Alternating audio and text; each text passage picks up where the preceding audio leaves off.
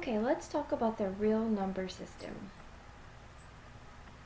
The first thing that we need to do is discuss the different sets of numbers.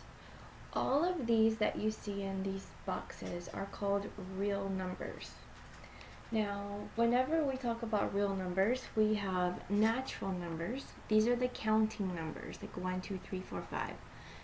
We move up one digit to whole numbers. We include the 0 in this set. So you can see here that all natural numbers are actually the same as whole numbers except for 0. Then we move up one more step to integers.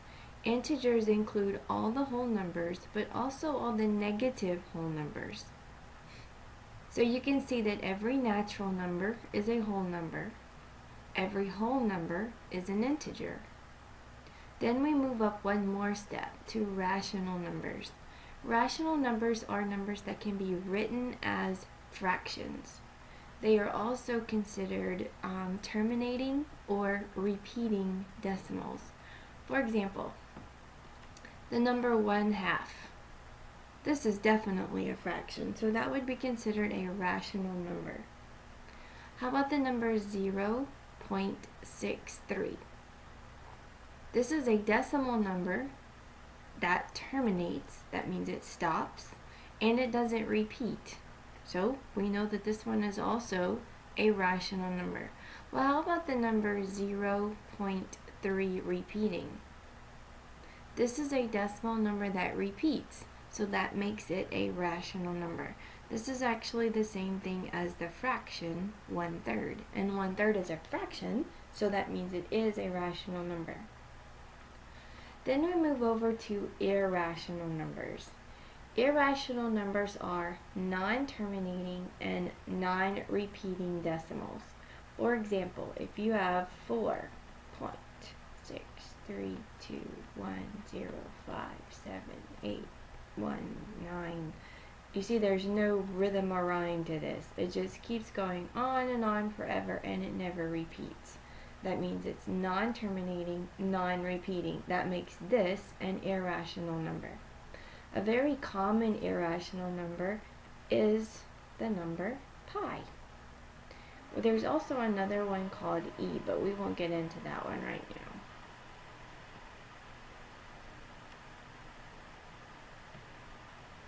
now. Okay, then we move on to inequalities. These are your inequality symbols. This particular symbol means greater than. This one means less than. This one means greater than or equal to. And this one means less than or equal to.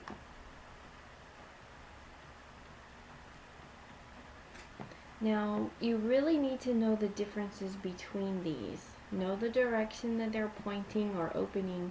Know what this little line under the inequality symbol means. That's how you know you put the equal to part in there. Okay?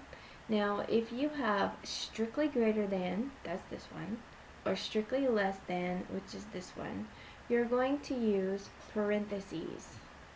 In either of these, you're going to use parentheses. That means you do not include the point, the endpoint. We'll just say it that way. You do not include the endpoint. But if you have the or equal to part, you will use a bracket. That denotes that you do include that particular endpoint.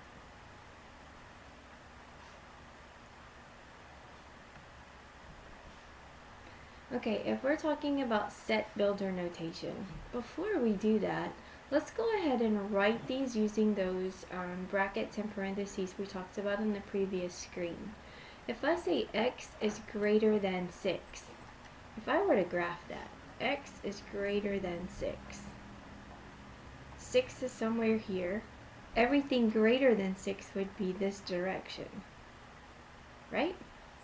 Well, since we have strictly greater than 6, we use a parenthesis here.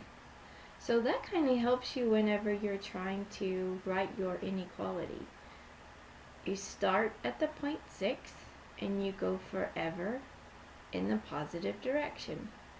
This particular interval means from 6 to infinity, everything greater than 6. So if I wanted to write this one in interval notation, this one says x is less than 6.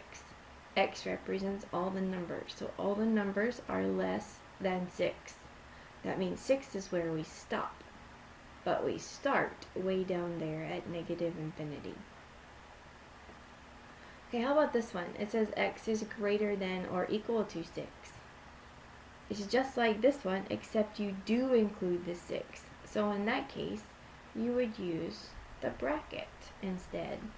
So that would be starting at 6 and going forever in the positive direction. How about this one? All the numbers are less than or equal to 6. That means you're actually stopping at 6 and including 6, but you're starting way down here at negative infinity. So all of these represent how to write these inequalities in interval notation. How about this set builder notation? Well, you simply write these squiggly brackets. This is what this means. All x such that x is greater than 6. This means all x,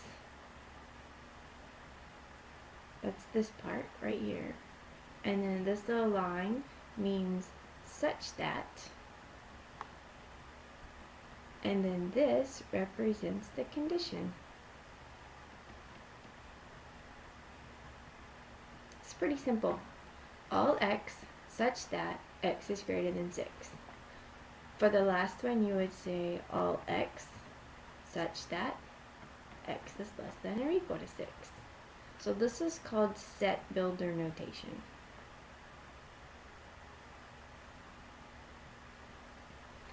Now we talk about when an interval is open, closed, or half open or half closed.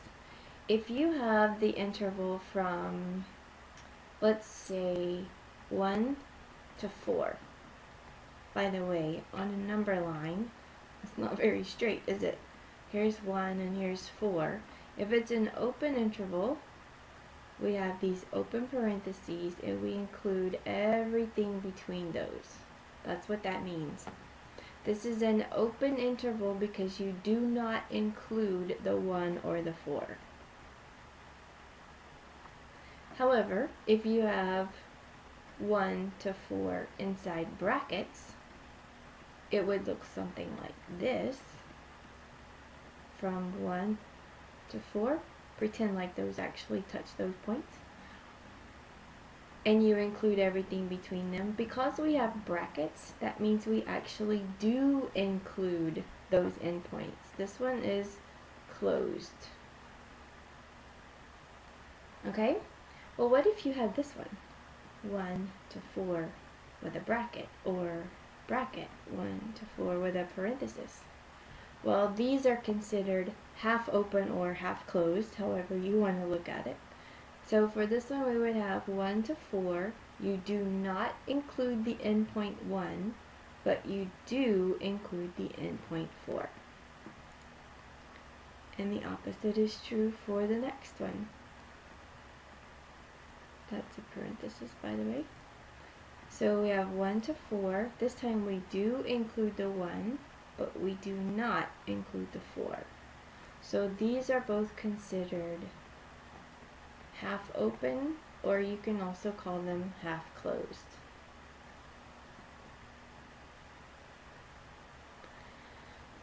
Now this is pretty important here. We're talking about the symbols negative infinity and infinity.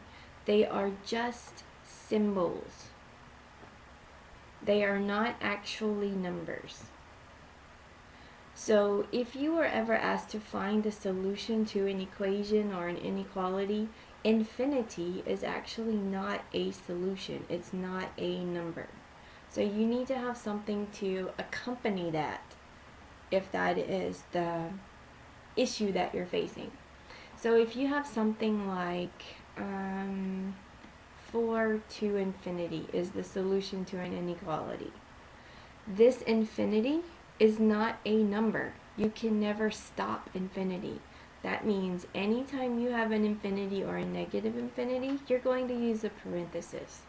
So if you have negative infinity to 4, something like that. See, for the first one, you would not include the 4. You cannot close infinity. So whenever you have an infinity, you would never put a bracket here.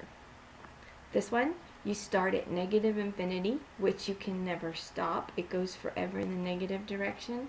But you do include the 4 because we have this bracket here. So if you wanted to graph this last one, at the number 4, we include it, and then it points to the negative direction. It includes everything to the left. That's what that means. Just remember, if you have infinity or negative infinity, you're always going to use a parenthesis and not a bracket. Okay, one more tiny little thing before we move on to the next video is absolute value. These little bars right here, those are called absolute value symbols or absolute value bars. And they actually represent the distance from 0 on a number line. So if you have a number line, don't you just love my number lines? They're so pretty. 1, 2, 3. We'll use the same one again. If you want to know the distance between 1 and 4, you take the absolute value of 4 minus 1, or the absolute value of 1 minus 4. The reason we use absolute value is because distance is positive. 4 minus 1 is 3, and the absolute value of 3, or the distance 3 is from 0, here's 0 right here. How far is 3 from 0? 1, 2, 3. It is 3 units from 0. How about 1 minus 4? That's negative 3. Well, how far is negative 3 from 0? 1, 2, 3. It's also 3 units. I know that for a shortcut, we always just say if it has absolute value bars, whatever's inside after it's simplified, you make it positive. Well, the real definition is how far is this number that's inside, how far is it from 0? And since distance is positive, whatever's inside becomes positive.